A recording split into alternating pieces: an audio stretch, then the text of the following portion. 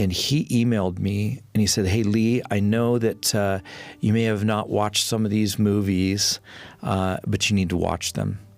You need to get ready for what you're going to see when you get over here."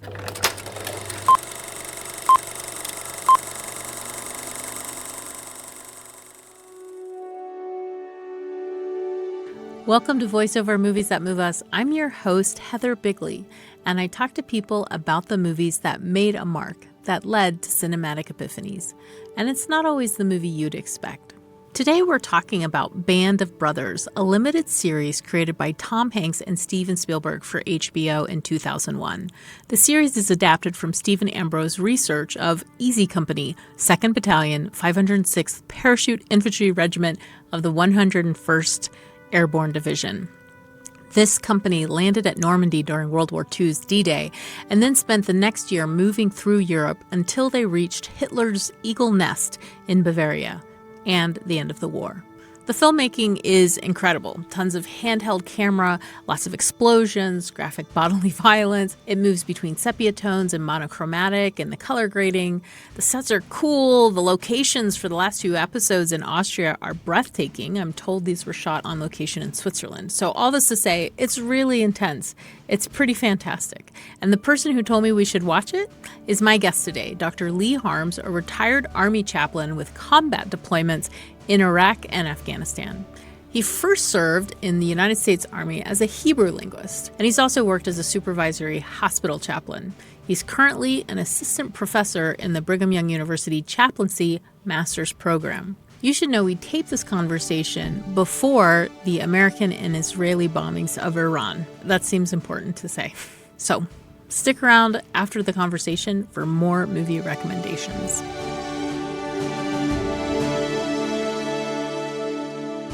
Going back, really I have a family connection with the 2nd Battalion of the 506th. My grandfather's little brother, Donald Harms, was in a Fox company of the 506th, and they're in the movie a little bit here and there, and they definitely want others to know. Any of the survivors definitely wanted people to know that the 506 was not made up of just one company. Yeah, so that's my connection, and my uncle was actually killed in Operation Market Garden, which is in the series. It's their second jump into Holland on September 17th of 1944, and so he made it until September 23rd, and when he was killed, and received posthumously a Purple Heart and a Silver Star for valor.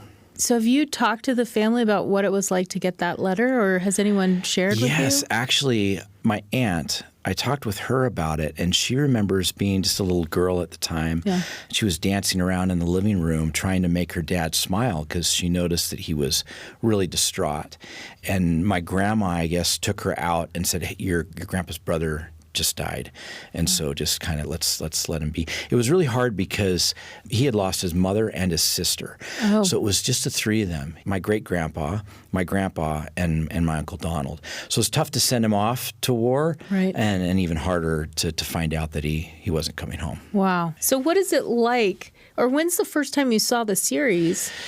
Yeah, we never really knew what unit my uncle was in. Yeah. And I had a friend in one of my first assignments in the military that when I told him he was a paratrooper and he'd been killed, we were talking one day. He said, maybe he was part of the Band of Brothers Battalion. I was like, the Band of what battalion? He referred to Ambrose's book and said that there was a series coming out about it.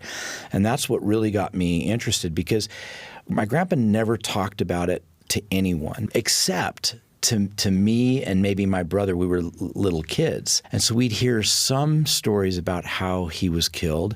And he was the family hero, right? The Silver Star was passed down. Oh, wow. My brother would have had it, but my brother passed away, so I actually have the Silver Star. So that's really what led me into looking into the Band of Brothers, and subsequently was able to make contact with members of the unit that had been with him. One of them, Bob Perdue, who's now buried at Arlington, was a replacement after Normandy. And when I reached out to him on the phone, I said, "Does the name Donald Harms mean anything to you?" And he said, "That name has been on my mind for the last 50 years. He saved my life." Oh, wow. And so I had this wonderful opportunity to get to know Bob Perdue and go to his home and go out to lunch with him and even fly him down, or I should say my commander paid to fly him down to Georgia before we deployed to Iraq to talk to our entire unit. So I felt very connected. And of course, all of those soldiers at that point were very in tune with the series Band of Brothers. It was probably the best, and maybe still is the best depiction of combat, because it shows good leadership and poor leadership, what it looks like to be a good soldier, ethical decision making within rules of engagement on the battlefield, and what it's like to make that sacrifice to serve. Yeah. As we said, it's 10 episodes, limited series.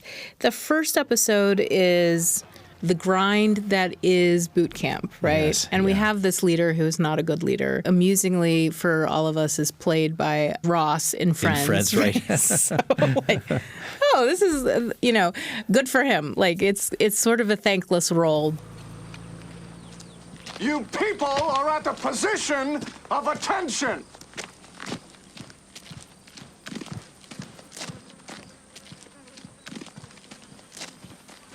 Private Picante, have you been blousing your trousers over your boots like a paratrooper? No, sir. That explained the creases at the bottom. No excuse, sir. Volunteering for the Parachute Infantry is one thing, Picante, but you've got a long way to prove that you belong here. Your weekend pass is revoked. Name? Lawrence Judge.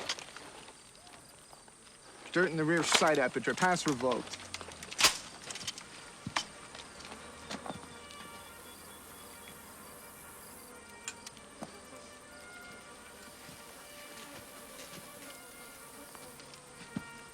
When did you sew on these chevrons, Sergeant Lipton? Yesterday, sir. Long enough to notice this. Revoked. Sir.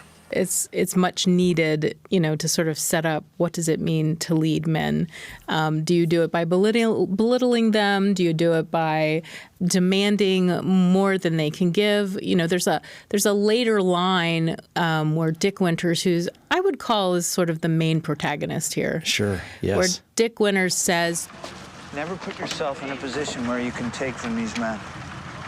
the understanding of what it means to be a leader is to support, to guide, to help, whatever capacity we serve in. That's a perfect example. I've remembered just that scene just in being a chaplain, because sometimes you'll get chaplains, they'll be with the infantry and maybe they'll start using profanity or something like that, but then you kind of lose that opportunity to serve as a religious leader in the eyes of the soldiers. So even just an episode or a scene like that, I can relate with as a chaplain. I want to get into your chaplaincy, but I do want to talk a little bit more about, I think for a lot of people, that second episode, we kind of get out of the safety of boot camp and we're being dropped. And I say we because a lot of handheld camera, a lot of it feels like you are seeing this from the perspective of the soldiers themselves. Right. The filmmaking is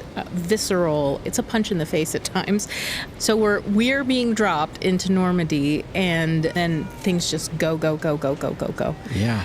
And I had this experience, and I want to hear from you as someone who served and as, watching that scene. I just had that, I felt dread, oh, wow. You have to just get up and do the next thing, and then do the next thing, and then do the next thing. And it's a series of decisions of, I can't control any of this. I have no idea what's coming my way, but I have to just do the next thing. And maybe I'll make it out of here alive. Oh, yes. Yeah, I love that episode. And you've got Dick Winters that they're following again. He's on the ground. And of course all the soldiers many of them lost their leg bags because they were going so fast. Right. They were so low to the ground that by the time their chutes opened, they were already just about landing. Some of them had their weapons lost. And so here Dick Winters finds himself with a private.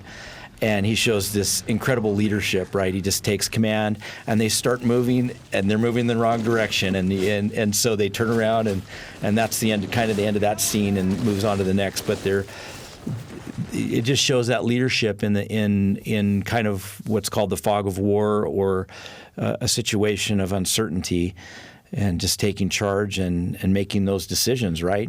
Deciding what we call in the military is the priority of effort. It could change from one minute to the next. Wow. As a chaplain, you don't have a weapon, do you? No, yeah. Chaplains are non-combatants. Yeah. And so you're out there without carrying a weapon, and the chaplain corps these days is very, very strict on that. We interviewed a friend of yours for another show that we have done in good faith. He had written a book about trauma and how this helped him understand who Jesus was. Dave Peters. And Dave Peters talked to us about how he would ride with the squadrons occasionally. Yes. And they would make jokes about like, well, we're going to be okay because we got the chaplain with us. That's so true. And he would like undercut that. Like he would say to them, well, the God that I follow was crucified just 100 miles from here. I don't know that I'm going to actually be able to save you from anything. Yeah, that sounds like Dave. He's a great theological thinker, and he's spot on. I was out on a patrol with the infantry in Baghdad, a night patrol in an area that we had not been in before, and all kinds of bad things happened that night. Luckily, we didn't have any soldiers that were killed, but there was an Iraqi wounded, and we'd shot up 3 cars on accident. And so, yeah, I think they learned really quick that just because the chaplain was with them, they weren't going to be spared from all bad things. Right. But we call that in the military, we call it ministry of presence. Okay. And that is really the model of ministry for the United States Army. You are out there with them. With the service members, or wherever the commander wants you to be, which usually is where it's most miserable. So even if you're not out on patrol, you are certainly where they're wounded. I don't think that I ever missed a single one of my soldiers that was wounded in action. They looked for me. They would tell me, Chaplain, we'll look for you. And so there was a combat support hospital chaplain, but I was also there, usually right as they arrived. Yeah. So talk to me, what does that do, one, for you as the chaplain? What does that allow you to accomplish? But also, what does that mean for your relationship with the servicemen? Yeah, that's great. That's a great point. My commander, when I got to Iraq, I said, "Sir, what is your intent for me?" He said, "Chaplain, I want you out on some dangerous patrols with the infantry. If not, you won't have any idea what they're going through. They won't understand you." And I think this relates to the movie too, right? Because you have this shared connection. Like, I was never in World War II. I wasn't at Normandy. I wasn't at Bastogne. I mean, I can't even imagine what that was like. Right. But at the same time, I did, I was at war. I did minister to wounded soldiers, dying soldiers, as they took their last breath, held their buddies. And so watching Band of Brothers really there's a strong connection with the community of those that have made the supreme sacrifice, and then those of us that are left to kind of carry their story, and a number of other things as well related to that. I think we see a chaplain once in Band of Brothers. There's a Catholic priest who does last rites for a whole bunch of people.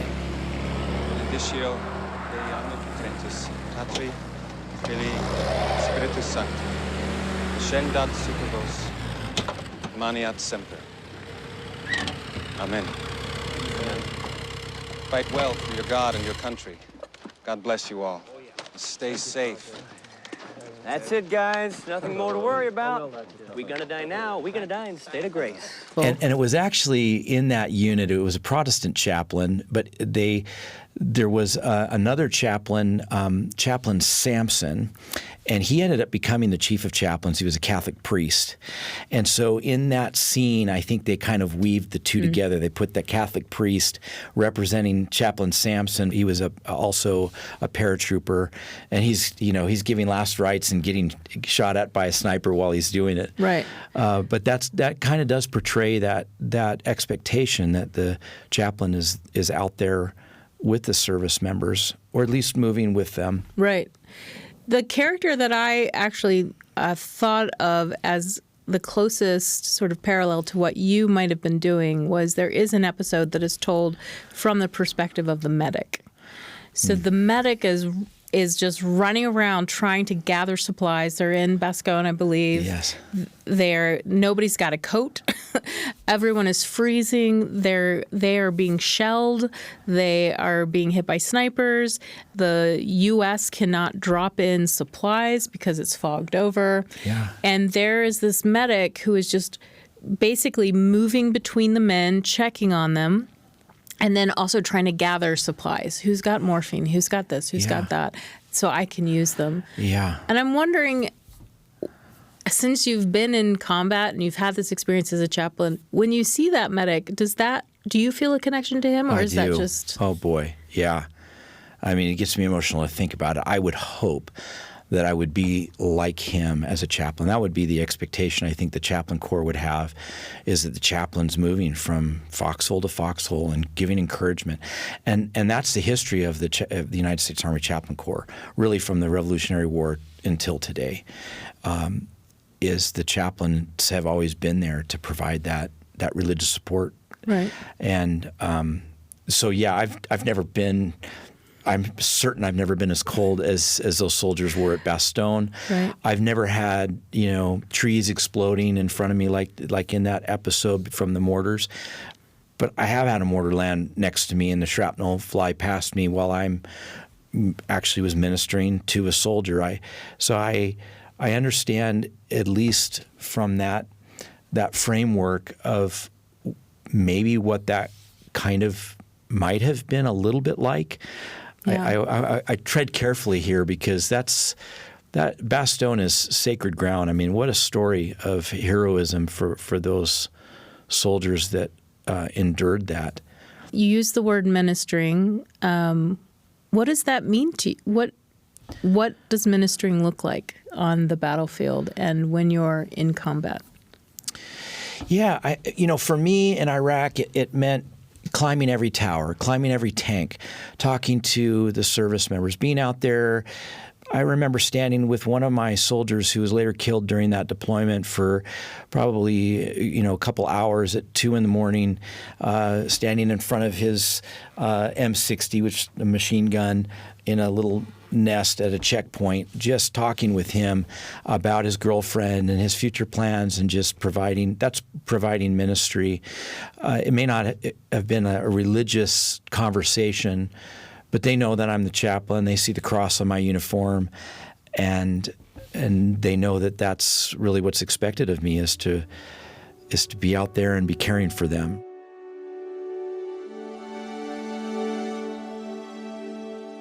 They don't have very good leadership at this moment. Dick Winters has been promoted so much that he doesn't have the same kind of control and presence in Easy Company that he once did. Yeah.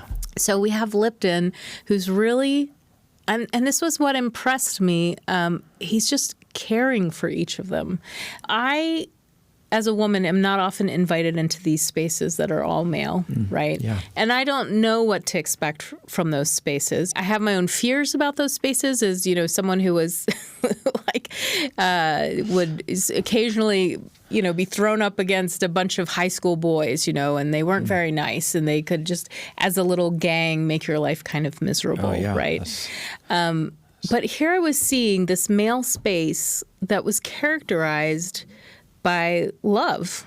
Lipton loved those men. Yes. And he was going to go around and make sure that they were okay in their foxholes, and he was going to check in and see what they needed. And the other thing that really got me was he would also offer correction. So somebody would make fun of the leader who nobody liked, and he would take them aside and he would say, "What can I do for you, Sarge?" 2 things. First, great impression of Dyke. You think so? I thought it was a little off. Nah, you got it pretty good. Huh? Second, don't do it anymore. Especially the part about what he said to me. Doesn't do anybody any good, okay? Yeah, I got you. All right. Did you see this kind of leadership, or were you yourself able to be that kind of leader? Well, I tried to be that type of leader, but I could say that I saw that type of leadership among military leaders that were both non-commissioned officers as well as officers. And I love that. I love that about Lipton, in that that he he understood that aspect of leadership. He felt the same way, but at the same time, he understood that it was his responsibility to kind of keep that good order and discipline among the troops. That if that broke down, it would make things even worse. And so he really had their best interest at heart, and took that harder approach. I think that is one of the things that's challenging for leaders in the military, because you may have a commander that you don't agree with their course of action, but you're going to have to support that. Unless it's unethical or illegal or something like that, if it's not, then you really need to support that decision. Yeah. You saw this before you went into combat, and then you've told me that you've seen it multiple times since you've come back. I have, yes, that's true. So I have two questions. One is, what was it like seeing it that first time after your combat experience? Yeah. And then why keep coming back to this? Oh, yeah, it's a great question. Yes, interesting, because I think for those that have experienced combat, and some may not have this experience. I don't want to generalize everybody, but for most of us, I think we could say that we look at war movies much differently than we did before the combat experience. Yeah. And so I think after combat, watching Band of Brothers, and one of the reasons that I would come back to it was because it was so historical and relatively accurate. In fact, there is some profanity in the series, and one of the members of the unit told me we didn't talk like that. But everything else was pretty accurate. So to have something that's historically accurate, to be able to sit there and identify with them in some ways, in our society today, less than 1% serve in the United States. Yeah. And back in World War II, the entire country was supporting the war effort. And it's great that we have an all-volunteer force. I love that we don't have the draft. And they also come home quick these days. They're not just on a boat, having time to decompress with the guys or the gals. And so movies offer an opportunity for service members to make some connection, even though it's just on the screen. Yeah. They still can feel connected to that kind of hidden group of those that have served, and so to admit, there have been times that I have also looked to Band of Brothers for that. I found myself, the family's in bed, and found myself just going back to some of those episodes. Also, I learned something from one of our church leaders, Boyd K. Packer. He said when he came home from World War II, he said, we didn't want to remember. Yeah. Then in the same sentence, he said, but we didn't want to forget. And I've heard that before I deployed. And after I deployed, I really understood that much better, because they're hard and challenging circumstances that you go through. And so you kind of you want to go on with your daily life and have a great life. And sometimes if you're remembering them during your daily life, it can be very disruptive. Yeah. And so some war movies, I've had service members come to me after a war movie. I had one that went to Flags of Our Fathers. It was in the theater after we'd come home from Iraq, and he was just absolutely distraught. Had to leave halfway through the movie, and then came to see me. So they can be really challenging, but then it also can be a blessing to remember those experiences that you had in a safe environment, maybe. And so that's kind of why I watch those types of movies alone, usually at home. Do you ever recommend a war movie, to someone who hasn't been in combat? to help them understand what you experienced? Yeah, right before I deployed to Iraq, my first deployment, I had a Latter-day Saint chaplain who was stationed in Ramadi, Iraq, and he had helped me become a chaplain. He was a chaplain recruiter before he was deployed. And he emailed me and he said, "Hey, Lee, I know that you may have not watched some of these movies, but you need to watch them. You need to get ready for what you're going to see when you get over here." And so I did. I actually hadn't watched a number of these movies, and I watched a whole list of them in a week or two before I deployed, so that I'd have some frame of reference for what it was like. My wife also mentioned to me, she said that it actually helped me as a spouse to kind of, get some frame of reference of what it could be like, even though it's different time periods. And there's some Hollywood in all of these movies. But again, and that's where I think I don't like to see movies that are just showing like war-type violence just to show it. But if it's historical, then it helps our imagination to understand, hey, this is a real person. What was it like for them? Yeah. I think one of the things that really stood out to me is as the 10 episodes went along, the thing that kept coming back to me was the emotional journey that these men are on. Yeah. They're moving from just being overwhelmed and catching their breath and physically having to make all these decisions to, I think I understand what I'm doing here, and I've had a little success, and in fact we're all still here together, and we're doing the thing that we were going to do, and so there's a little confidence and there's a little I wouldn't say comfort, but, we understand what our job is now. And then they move into this area of feeling abandoned and betrayed because they don't have access to the things that they need. And they're being asked to, go hold off the Germans and only one of you has a gun, right? And then there's this burnout where they're angry and they're frustrated. And, I'm thinking of one of those last episodes where Webster sort of stands up in the Jeep and he starts screaming at the defeated Germans as they walk by. Why are we here? We did not have to be here. If you had just, you just stood up for what was good and right in your own country, I wouldn't have to come here.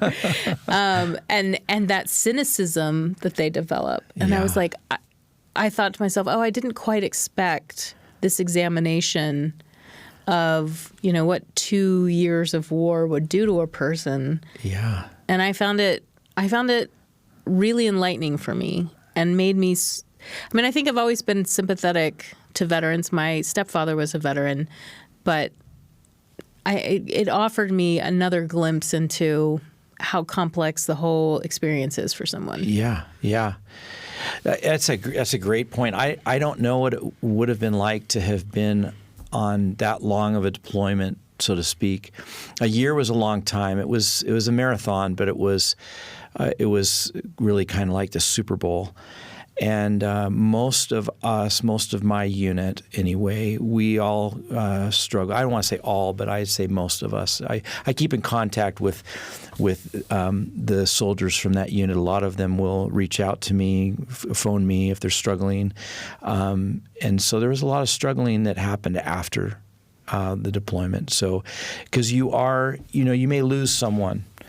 And you may do a memorial ceremony for them, and you grieve, and there's a lot of tears at that moment, and then you're back doing the same thing.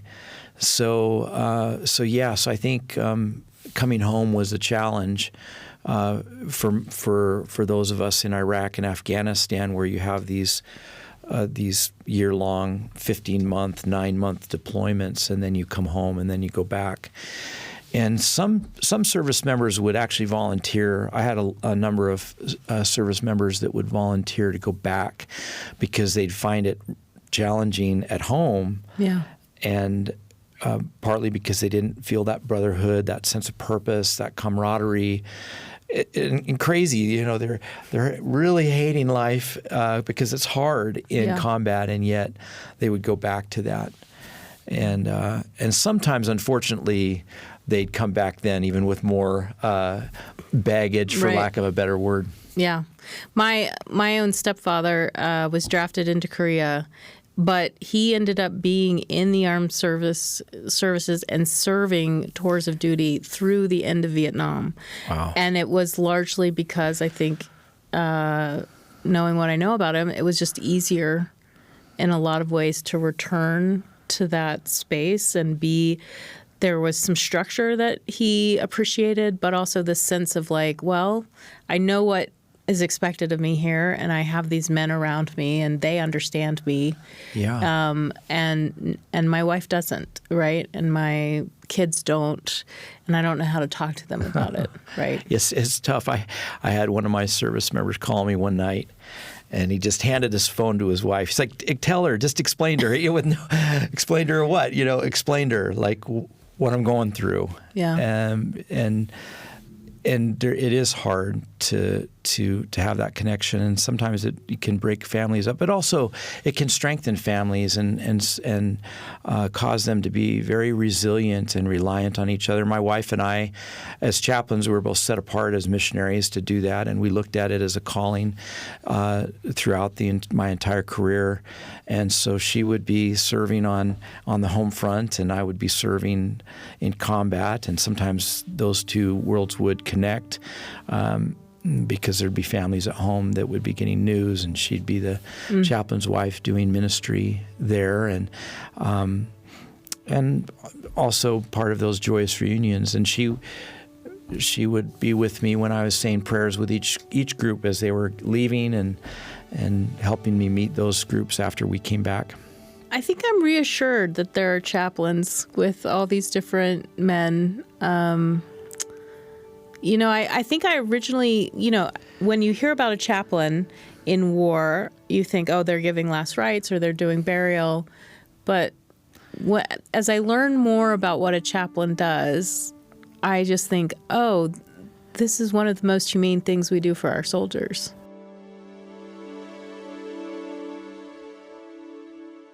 I was glad to talk to Dr. Harms about his experience in war and this limited series. My own family didn't serve during World War II or didn't serve in the armed services. My mother and father's families both were all farmers, including my great-grandfather who owned a dairy and would have been in his 30s during this war. They received draft deferments because they were helping secure the country's food supply. So I didn't have any family members either in the European or the Pacific theater. But about 10 years ago, my husband and I visited this little bit of northeastern France, Normandy. It's beautiful country. We were there in July and the weather was lovely. The landscape was very green. We took a tour of the beaches where all those men had landed, whether by air or by sea. And I wept the whole time. We visited the cemeteries, and I wept the whole time. How painful to see the deaths of all these men memorialized, knowing the evil that they were attempting to stop, knowing the death that had occurred across the continent, knowing the death that would continue even after victory was declared. How about some recommendations? An important film from 1940 is Charlie Chaplin's The Great Dictator, which satirizes Adolf Hitler and other Axis leaders. The film is Chaplin's first sound film. He was a silent holdout and his most commercially successful, released when the U.S. was still neutral in this conflict. Some of this film is painful to watch. Chaplin plays both the Hitler stand-in, called Adenoid Hinkle, and the everyman Jewish barber trying to survive the authoritarian anti-Semitic landscape that his country has become. Chaplin said 25 years after this film that he couldn't have made it if he had known the full extent of Germany's crimes against the Jews. Hollywood was all in on World War II. Industry executives made deals with government leaders to provide propaganda for the war effort. It was one of the reasons so many people were convinced that America should send its young men to fight. One of these films is Air Force from 1943, directed by Howard Hawks. Like many World War II films, the story foregrounds a motley crew of Americans from all walks of life who come together to fight the enemy at great sacrifice. And these films don't shy away that men died frequently. Specifically, these men fly to American bases in the Philippines after the bombing of Pearl Harbor. The U.S. Air Force provided tons of access and support so that the film crew could capture real tech and authentic procedures. One of the difficulties in recommending films from this time is these Hollywood films caricature Asians in really harmful ways. Combined with how Asian Americans were being treated at the time, namely they were being removed to concentration camps in the American West, these caricatures did lasting damage to American citizens. And so you need to watch out for that in Air Force. Lastly, I'm going to recommend a book, which has actually been made into a Netflix limited series. I haven't seen it though, but I can recommend the book. How about that?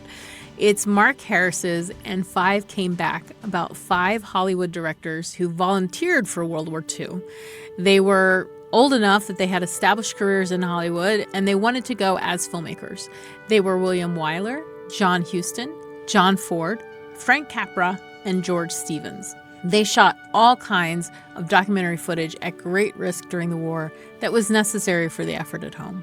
And the book also discusses how these filmmakers were influenced after the war, what kind of choices they made artistically, how their aesthetics were influenced, and even how their personal lives changed. For example, John Ford's alcoholism might have root in his PTSD from the actual war. That's our show today. I'm your host, Heather Bigley. Voiceover is a production of BYU Radio and is edited by Spencer Boyer.